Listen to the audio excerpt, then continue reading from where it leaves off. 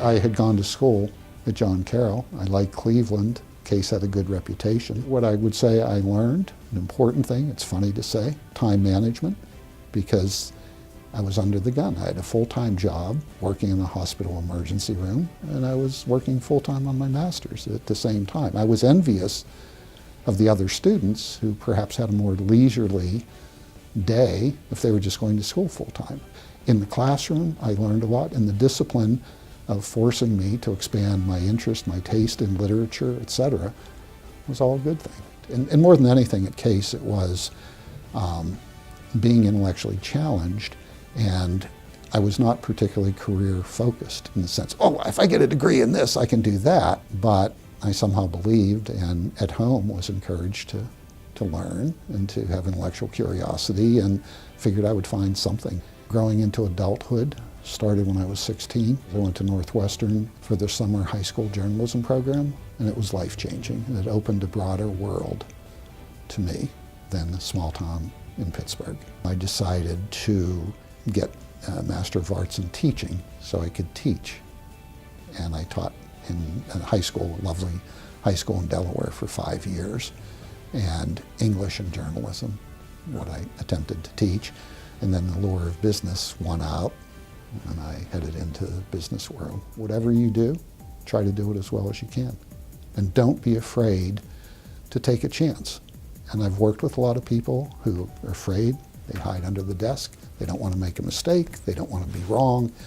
And I don't have that problem. I've been wrong on a lot of things. I make mistakes. I make a fool of myself sometimes. But you get up, go back and do it again. I've always loved magazines, newspapers, so it was natural for me, and not lacking in self-confidence. In Delaware, I thought, well, I'll start my own magazine.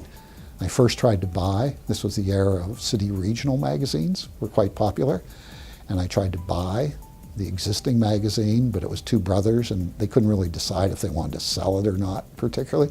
So I thought, well, fine, I'll start my own, which opened the door for me in corporate life to come in and work for a major player and have an opportunity to grow and use the skills that I had developed. When I went to Northwestern, it was life-changing.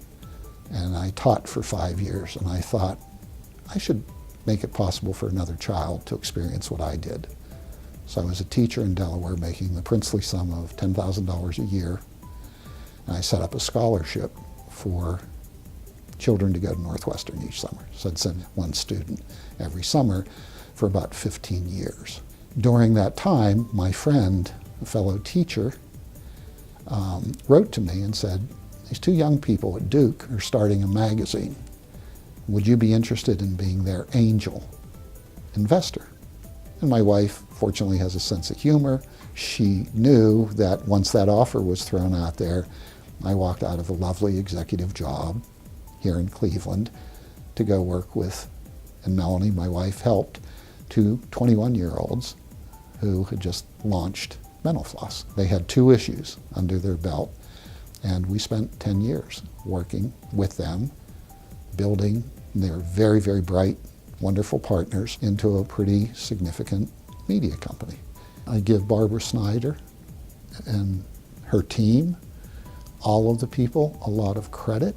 I can think of a few jobs that might be more challenging, to be the president of a major university on a lot of levels, but I applaud what she has done. I applaud what Dean Taylor has done in terms of reaching out to the community and integrating, I think, Cleveland with the campus. And I think that that's important for the long-term good for everyone.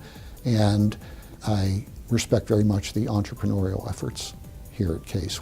And I'm thrilled for Cleveland, because part of our interest really is giving back and helping with companies creating jobs and wealth in Cleveland so that younger people don't have to head off to New York, San Francisco, Boston, etc. That Cleveland is a fine place to live. I'm proud of what CAS have done, and the opportunity it gave me that many years ago to provide a foundation that enabled me to do a whole bunch of interesting things for the rest of my life.